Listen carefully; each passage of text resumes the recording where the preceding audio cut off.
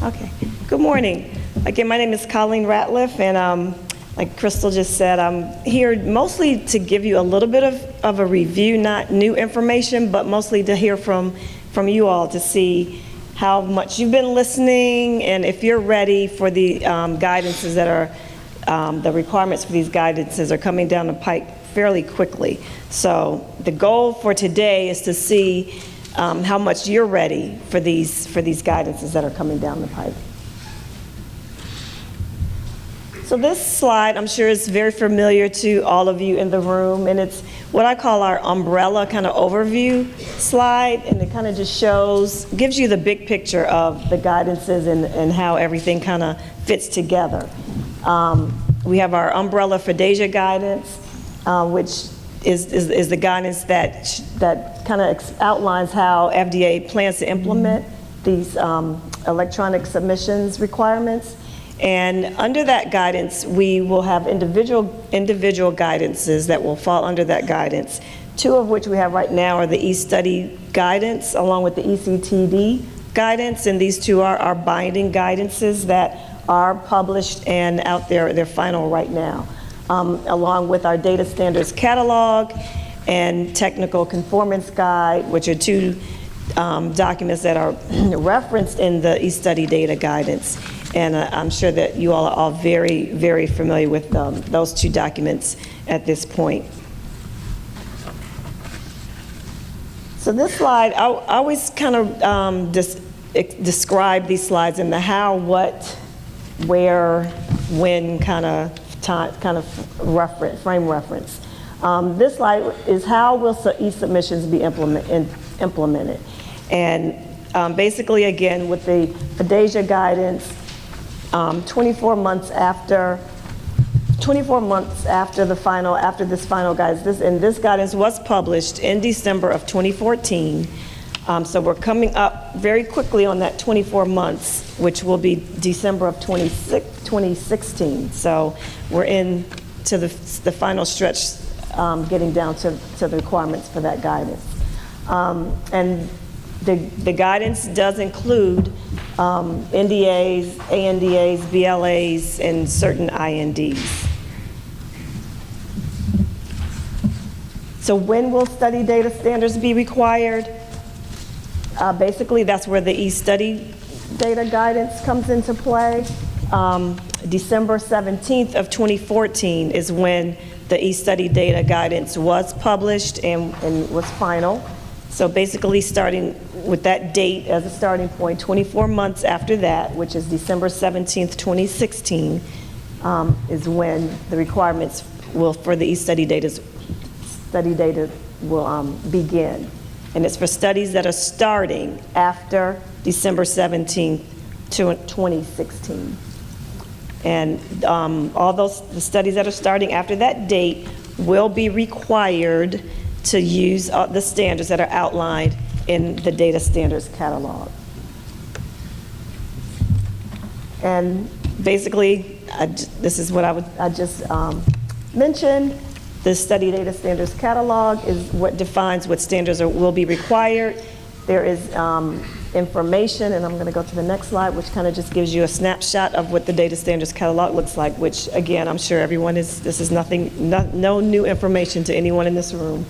But the data standards catalog does give you the date the support begins and the date the requirement begins. Now, those are two different dates. FDA will start supporting standards once they have gone through our testing and assessment process. However, there is an implementation time frame that you're given to get your studies up to date with those standards, and so that's where the requirement date begins on the 24 months after the standard has been made final and published. So how to submit study data standards, and that's where our technical conformance guide comes into play. That's the document where you go to find out how FDA is accepting and how you're submitting the standards based on what the FDA is requiring. It's a doc, it's found in that website at the bottom is where you can find it. It is published and out there now. You can definitely use it now. It's updated periodically with updated information. We're trying to update it twice a year with the next update for that document coming out at the end of this month, actually. So it's scheduled to be updated at the end of this month, so look out for that with some updated and new changes, new additions that we've added to the Technical Conformance Guide. So that was my brief overview. So now I hope everyone has either downloaded the app, as Crystal had mentioned earlier, or there's a website that you can go to. All that information, I think, was sent out via email, and it's in your packet. So at this point, I will ask you all some questions. You can use either the app or the website to vote on the answers, and we'll see how much you've been paying attention and if everyone is ready for this guidance that's coming down the pipe.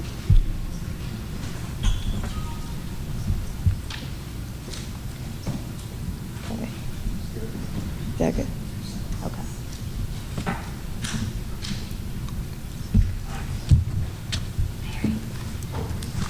All right. So our first question, for what submission types is an electronic submission of standardized study data required?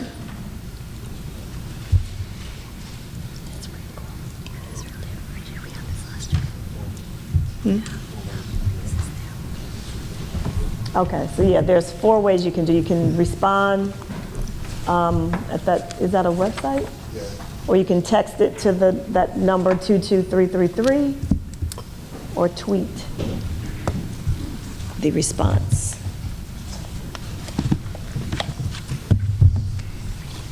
It looks like we still have people voting. Yeah, we got 85. So how many people do we have in attendance? Around 300. Oh, wow.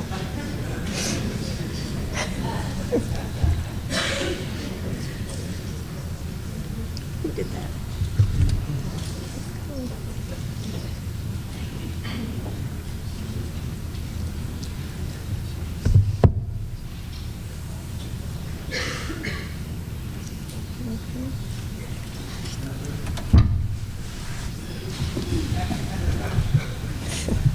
Looks like we have an overwhelming response.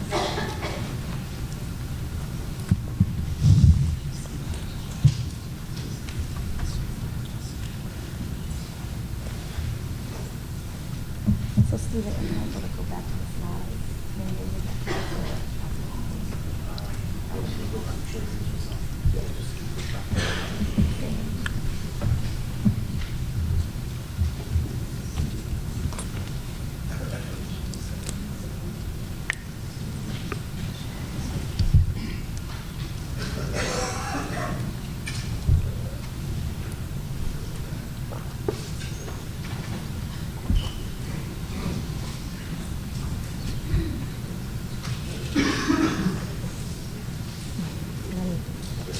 Is that enough? Okay. All right, I think we have an overwhelming response here. Clearly, the answer is correct. No, 1C is the correct answer. It's, certain INDs, NDAs, ANDAs, and certain BLAs is the correct answer.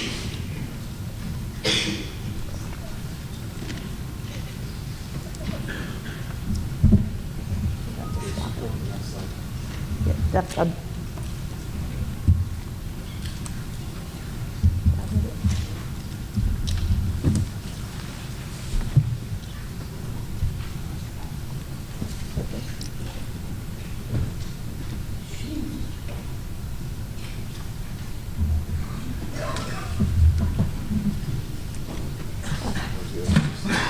this won't do that. All right, question number 2. Where do you find a list of standards that are supported and are required by FDA? Very easy question. Yeah, And I think we all know the answer to this one, our data standards catalog. And that's a very, very important tool that we use, that's used at FDA and by the sponsors to see what standards we're currently supporting and when they will be required. And our catalog is updated periodically when we have new information to add once we've added new standards that we are supporting and updated with requirement dates of the standards that we are supporting. So, we'll move on to the next question. What document provides specifications, recommendations, and general considerations on how to submit standardized study data?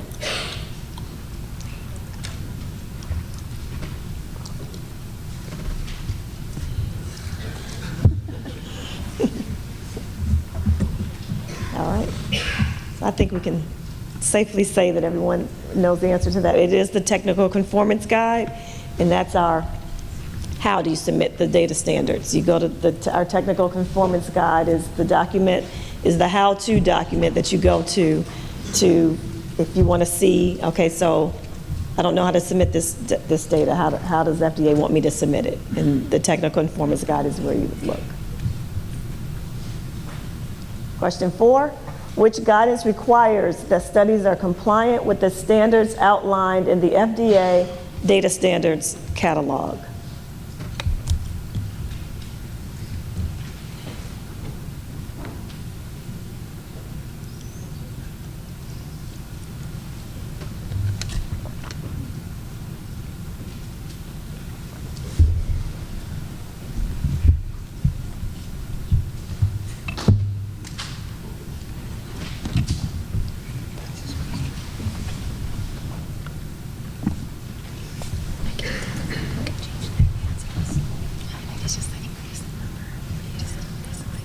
Okay, looks like you guys are ready. The correct answer is 4A, the eStudy data guidance is the guidance that outlines, the guidance that requires that studies are compliant with the standards outlined in the catalog. Next question, number 5, studies that start after December 2016 must use the appropriate FDA-supported standards, formats, and terminologies specified in the catalog. Is that true or false?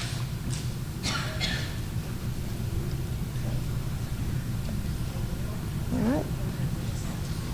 And it is true. The answer to that is true. So it's studies that begin after, and the actual date is December 17th, 2016. Must use the standards that are outlined in our data standards catalog. Question 6. The pre-marketing application meeting is more than enough time to initiate data standardization discussions. Okay. Wow. I'm happy to see the response to this question, that it is false. That is false. And basically, the bottom line is FDA just strongly encourages you to consider implementation of the data standards as early as possible, and don't wait too late. If you wait too late, it's too late. So the correct answer to this is false. So just as early as possible that you can start considering the data standards is the best. Number 7, are animal data included in the requirements for standardized study data?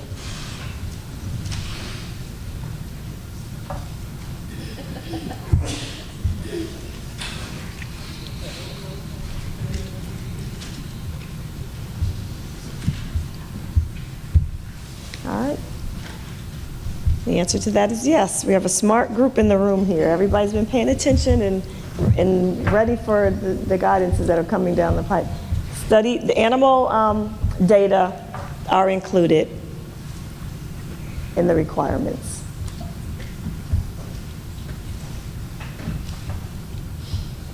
So the transition date and the required date are always the same. Excellent. And that is false. The transition date is not the same as the required date. The transition date, it kind of gives you time to implement the standard. So, for example, if an FR notice is issued and the date that the standard is published is February of 2017, the transition date for that standard would be March 15th of that following year, which will be March of 2018. And then you have 24 months after that, that the requirement date would begin, which would be March of 2020. If I said that correctly. So, but it looks like everyone understands that and is aware that the transition date and the required date are two different dates. And basically to give you time to implement the newly supported and required standard. And I believe that is our last question. So thank you everyone for your participation, and it looks like everyone is ready for the requirements that are coming quickly down the pike, and I thank you for participating.